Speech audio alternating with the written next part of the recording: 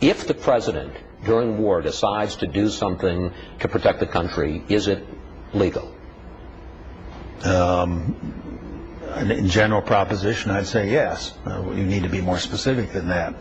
I mean, but clearly, when you take the oath of office on January 20th of 2001, as we did, and you take the oath to support and defend and protect the Constitution of the United States against all enemies, foreign and domestic, there's no question about what your responsibilities are in that regard. And again, I think that there are bound to be debates and arguments from time to time, and wrestling back and forth about what kind of authority is appropriate in any specific circumstance. But I think that what we've done has been totally consistent with what the Constitution provides for. All right, well, that was a bit of a Frost-Nixon moment there. Chris Wallace asked him, hey, during a time of war, can the president do anything? And he says, look, you know, you'd have to be a little bit more clear on it, but overall, yes, the president can do anything. As he will explain in a little bit, he says, well, look, the president carries around a nuclear football, and he can blow up the whole world if he wants to. So if he can do that, he can change any laws too, is the implication by the nuclear football analogy. No, he can't. He has specific authority to carry around that nuclear football, but he does not have legal or constitutional authority to break laws that exist. He's not above the law. Dick Cheney does not believe in democracy. His form of government that he espouses is a strong executive that is unchecked in power. There's another word for that, dictatorship. Here he's going to talk about what powers the Congress have. I want you to concentrate before you watch this clip, because listen to what he says, because Wallace says, hey, give me any example of congressional power. And then listen to what Cheney says about that one example he comes up with. It's interesting. Here we go. So what rights do the Congress, what constitutional rights do the Congress and the courts have to limit the power of the president when it comes to these matters of national security? Well, the Congress clearly has the ability to write statutes and has certain constitutional authorities granted in the Constitution. But I would argue that they do not have the right by statute to alter a presidential constitutional power. In other words, you can't override his constitutional authorities and responsibilities. So if they want to say he can't survey or he can't detain? Well, they have, for example, said pass the War Powers Act. War Powers Act is still in force out there today. That requires him to grant certain notifications to the Congress and give them the authority to supersede those by vote if they want to when it comes to committing troops. No president has ever signed off on the proposition that the War Powers Act is constitutional. I would argue that it is in fact a violation of the Constitution, that it's an infringement on the president's authority as the commander-in-chief. It's never been resolved, but I think it's a very good example of a way in which Congress has tried to limit the president's authority and frankly, can't. There it is. I think that's more telling than anything else that Dick Cheney said.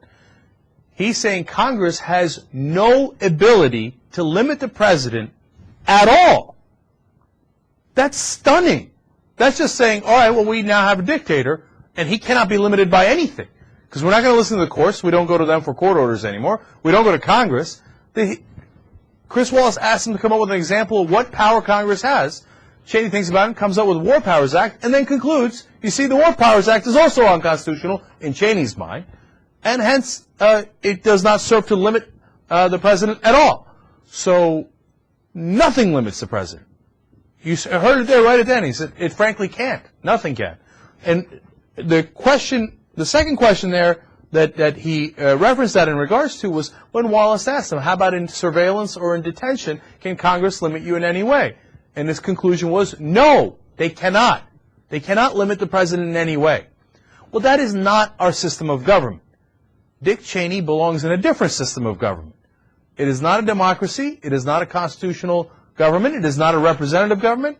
It's once you have a president, he can declare any kind of war he likes. It can last for as long as he likes, like this indefinite war against terrorism that lasts forever. And then he has absolute rights that cannot be checked by the courts or Congress. How can anyone actually believe that's the American system of government?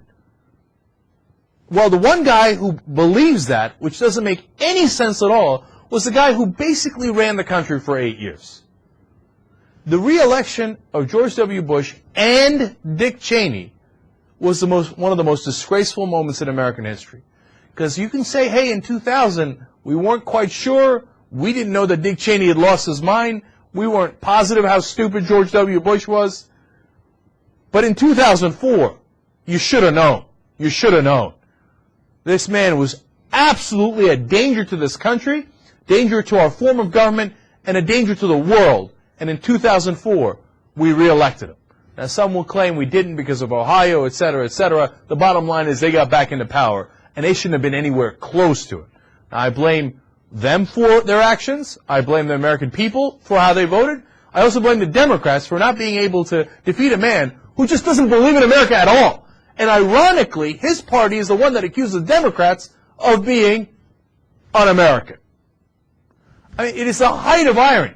That's why I get so upset at the Democrats. They are absolutely grossly incompetent in how they've dealt with these guys. Now, here's the thing. Now, that leads perfectly into our next discussion, because Dick Cheney is here admitting that he has broken the laws. He's done it with impunity, doesn't give a damn. In an earlier interview, he said, yeah, we did waterboarding, and I got no problem with it. Waterboarding is torture and illegal by every single definition, every law we have. So in these outgoing interviews, it is a fascinating piece of history. Dick Cheney is rubbing his illegality in the face of the Democrats, incoming administration, and the American people. And he's saying to them, what are you going to do about it? Now, why is he doing that? Two reasons. One, enormous arrogance. Dick Cheney believes that he's untouchable. Look at what he says. He says, I'm untouchable. The presidency, and he believes that he's part of the presidency, of course, and he has secretly controlled the president for 8 years, almost 8 years. He thinks that they're above the law. So he's arrogant, and he thinks, well, we didn't need to do any preparations before we invaded Iraq, and he thinks that went splendidly. So his arrogance has overcome him, and it might come back to bite him at another time. But the second reason he does it, and this is the more important one, is because he wants to set a precedent. He wants people to be able to look back and say, maybe the next time a Republican's in office, but who knows? Maybe the next time a power-hungry Democrat's in office. In Cheney's mind, he thinks that Obama will do the same things they did. You know, the guy's a little touched, to say the least. But what he's doing here is important because he's setting a precedent so that people can go back and say, look, the Vice President Cheney, while leaving office, said that they broke all these laws and that they could break all these laws, that it was within their constitutional power, and no one ever did anything about it, so I guess Vice President Cheney was right. You see that? That's important. And he's, doing something smart again. We might really, really disagree with him, but it's smart. He says, look, in order to establish my way of thinking, I'm going to tell you exactly what I did, and no one will ever arrest me for it. Thereby proving that what I did was legal in the eyes of history. Now, we know it's not legal, but if nobody ever does anything about it, well, then I guess you can do it. It's almost the equivalent. Now, don't get too carried away by this analogy, okay? But just to make it clear, it's the equivalent of the vice president coming out and slicing somebody's throat on national TV and dropping them to the floor going, what are you going to do about it? Oh, you're not going to do anything about it, so from now on, vice presidents can obviously kill people on national TV and get away with it. Now, he didn't do it with a person, he did it with the Constitution. He just sliced it, he just took the Constitution and ripped it up with a pair of scissors, dropped it on the ground, and he said, what are you going to do about it? And right now, our current answer, the people of the United States, the Democratic Party, and the Republican Party, and everyone else, and the media to a large degree, is we're not going to do anything about it. You're right. You can break the law any way you like. And that is a terrible precedent, and exactly the precedent that Dick Cheney wanted to establish.